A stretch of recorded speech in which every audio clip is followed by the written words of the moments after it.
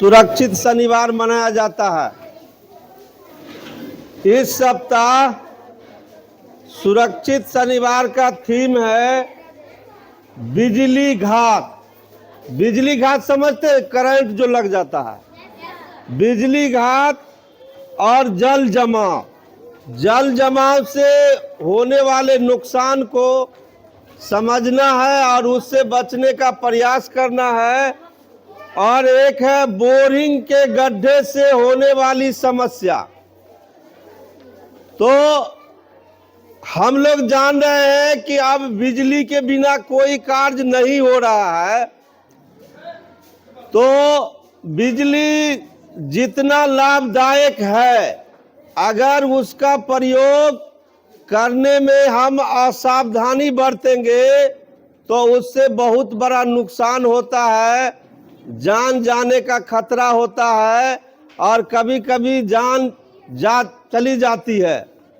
तो हम लोग को ध्यान रखना है कि बिजली से संबंधित जो भी उपकरण है, उस उपकरण का प्रयोग करते समय हम सावधानी बरतें। आपको पता होगा कि 440 वोल्ट की बिजली हमारे घरों में आती है और उसको 220 वोल्ट करके उपकरण में जाता है। और वो 440 वोल्ट जहां ट्रांसफार्मर होता है वहां 11,000 वोल्ट रहता है।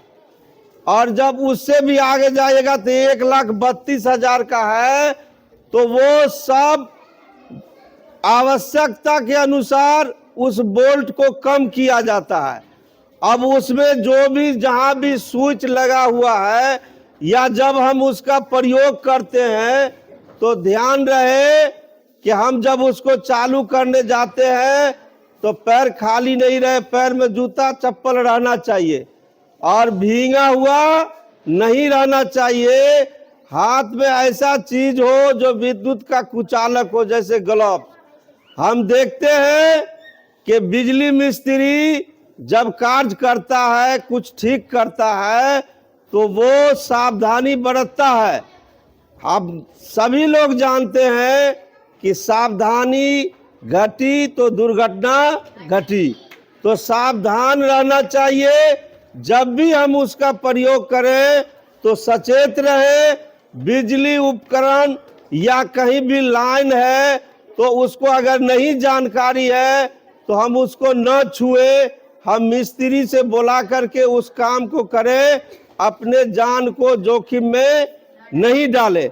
ऐसा होगा तब ना हम सुरक्षित रहेंगे। आप आए दिन कभी कभी सुनते हैं कि बिजली करंट लगा, मौत हो गई। अब ये कह के नहीं आती, अचानक हो जाती है। तो वहां पर हम सावधान रहेंगे। जैसे पानी का रड है, पानी गर्म करने का बिजली वाला रड है, तो पहले हम स्विच को ऑफ करेंगे तब न उसको निकालेंगे। कभी कभी ऐसा होता है कि स्विच ऑन है और हम उसको निकाल देते हैं, तो ये खतरा का काम है।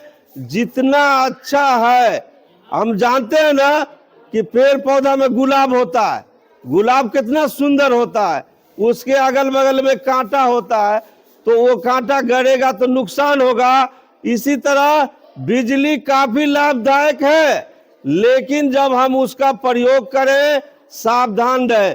विद्यालय में भी बिजली अब हर समय रहती है, स्विच लगा हुआ है, हमको जानकारी नहीं हो तो उसको नहीं छुए और बिना मतलब का स्विच को दबाकर कभी बल्ब बंद करना है और चालू करना है पंखा, तो सोच समझ के करें। जब भी उस उपकरण के पास जाएं तो हमारे पैर में चप्पल होना चाहिए, खाली पैर नहीं जाएं। उसके बाद है गंदे जल जमाव जो होता है। देखिए, जो जल चलता रहता है, जैसे जो आदमी चलता रहता है वो स्वस्थ रहता है, उसी तरह जो पानी बहता है वो अच्छा होता है।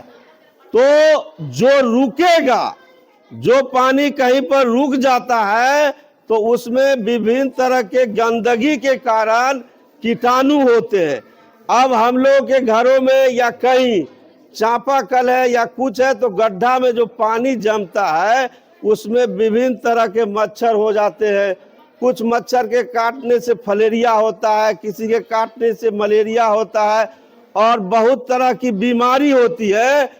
तो हमको पानी को, जो पानी रुका हुआ है उसको खुला में नहीं रखना है, गड्ढा में नहीं रखना है, सोख्ता बना करके रखे और उस पर कोई ढक्कन लगा दे ताकि गंदगी न फैले और उससे किसी तरह का हमको नुकसान नहीं हो। जब हम सुरक्षित रहेंगे तब न विद्यालय सुरक्षित रहेगा, विद्यालय सुरक्षित रहेगा तब न सुरक्षित शनिवार का सफल कार्यक्रम हम लोगों के लिए फायदेमंद होगा। उसके बाद है बोरिंग का गड्ढा। ये गड्ढा अपने इधर नहीं होता है, लेकिन बहुत से प्रदेशों में जो बोरिंग मशीन से गड़ाया जाता है उसका 2 फीट में उसका वृत्ताकार गड्ढा होता है। कभी कभी किसान क्या करते हैं कि पानी नहीं दे रहा तो उसको खाली छोड़ देते हैं। उसमें अगर कोई बच्चा गिर गया तो उसको निकालना बहुत मुश्किल होता है। नीचे जब चला जाता है तो सांस लेने में भी दिक्कत होती है। तो उसको निकालने के लिए सरकार क्या व्यवस्था किया है, फिर बगल में उसी तरह का कोई गड्ढा खोदता है। तो हम लोगों को बोरिंग या किसी तरह का गड्ढा हो जो ज्यादा नीचे है उसको बंद कर देना चाहिए। ऐसा करके हम सुरक्षित रहेंगे। धन्यवाद।